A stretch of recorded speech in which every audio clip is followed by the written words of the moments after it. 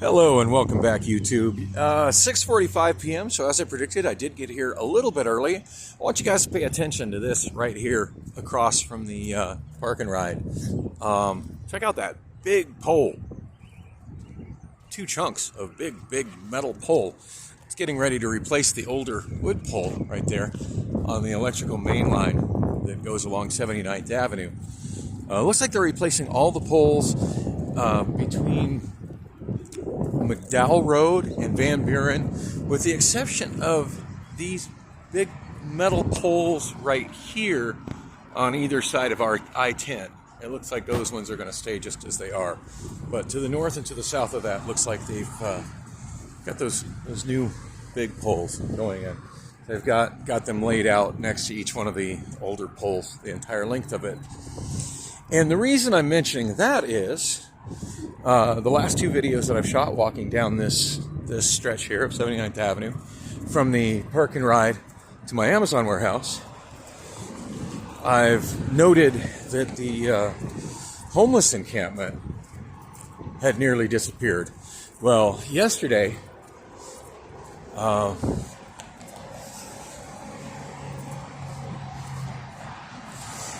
I forget if I shot video of it or not. Oh, my memory is just so bad. Anyway, I had mentioned that I think I shot one video where the homeless encampment was completely gone. I do remember watching one that I shot where I stopped at the other end of the bridge here and noted that there was only one tent and one old RV left, and that everybody else had packed up and left. And I was kind of trying to theorize what had brought about that change. And then I also saw some temporary no parking signs along 79th Avenue heading south from Roosevelt. Was also kind of curious about that. And it appears that while the police have been unsuccessful in getting the homeless people that were camping along 79th Avenue to vacate, it looks like the power company succeeded in getting it done. Now, if there was police intervention, I have no idea. But as you can see here, there are no longer any campers underneath tarps or in tents or in and that little shelter that was over there is gone as well. None of them. Be a little careful here. I don't have a path here, by the way. I'm just kind of walking along that concrete form edge on the dirt here. It's a little sketchy, to say the least. But yeah, no campers at all. All the tents are gone. All the disabled vehicles, or I want to say disabled vehicles, just vehicles, period. Kind of crappy looking vehicles. But occasionally a nice vehicle that people were obviously living in, as well as the RV and the giant box truck and all the homeless people here along 79th Avenue, they are gone. And it looks to me like what got them to move was the power company coming in here to lay their poles down in preparation of replacing these older wooden poles with these newer, stronger, bigger metal poles. Now, I have no idea which power company services that line, or owns that line. For those who are unfamiliar with the way power is in Phoenix, there's actually two different power companies. Unlike a lot of cities where there's just one power company or the municipality that handles that, there's actually two power companies that service Phoenix. They're not really in competition with each other. Just some parts of town have service handled by one of them and some parts by the other. And they are APS, which stands for Arizona Public Service, and SRP, which stands for Salt River Project, which is also the entity that maintains all the canals and all the most of the water management for the state of Arizona.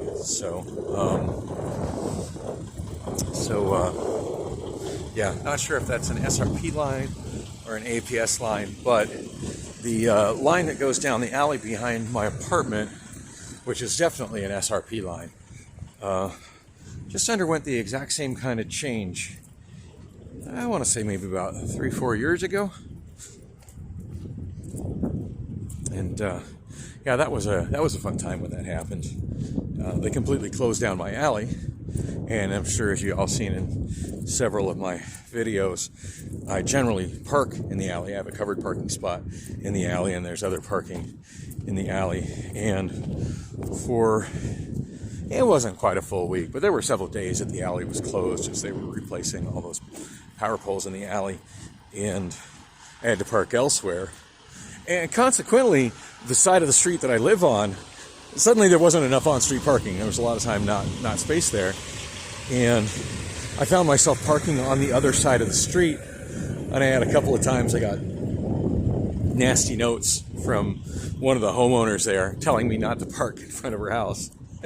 Like, I really wanted to write a letter to her, mail it to her, the U.S. mail, something along the lines of hey, bitch, just so you know, you don't own the street. It's public parking for anybody. So if you could just fuck off, that'd be great. Thank you. Anyway, and I often think of just parking there again, just to spite whoever that person is. But yeah, it's funny how some people will get so possessive of the on-street parking in front of their house, which is public and available to anybody who's got a registered vehicle. Which still leaves me so curious about that one house that has the 3 no parking signs in front of it there on 43rd Street, just south of Palm Lane. One of these days I'm gonna look that up. I'm gonna do a deep dive and find out, hey, are those legitimately placed there by the city of Phoenix? And if so, how do I get those signs in front of my house? Because I got a feeling they're not. I got a feeling that person actually managed to get their hand on 3 actual city of Phoenix no parking signs and put them up themselves. I don't know for sure, but that's just my gut feeling on that. So, oh gosh, what time is it? I feel like the bus got me there a little bit early. So I think I'm going to actually end up getting to work on time, as I thought I might. Oh yeah, 6:53 right now, so that's a good thing.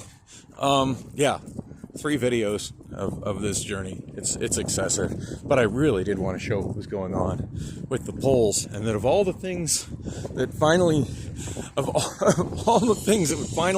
make that homeless encampment on 79th Avenue go away, it would end up being the power company putting in new poles. Of course, that makes you wonder, once the new poles are up and they're all done with that, will the homeless encampment return? I don't know. Only time will tell. I do expect I'll still be working here at GYR3 when that happens, and we'll find out then. Anything else I want to talk about? I already mentioned that Gordon Lightfoot passed away. Looking forward to listening to Gordon Lightfoot on the little PA speaker on my forklift today. Really looking forward to that. As I said, I've been listening to the Sundown album a lot lately, but of all the Gordon Lightfoot stuff I haven't been listening to the rest of it. Like when I listened to Rainy Day People this morning on my, I heard a big chunk of it on Rick Beato's tribute video to Gordon Lightfoot, which I'll try to link in the description. But yeah, I listened to that MP3 before I tried singing it to my karaoke track, and I hadn't heard that song in a long time. Forgot just how much I love that song. So yeah, looking forward to listening to what I have. It's 20 songs. It's kind of a random mix of hits and not hits that I've just acquired from different places, but I don't have any full albums on MP3. In other music news, this is a big deal. Just this afternoon, the verdict came out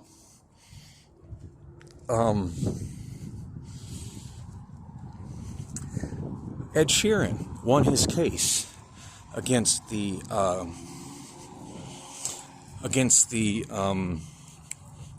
so another thing that was covered recently by Rick Beato.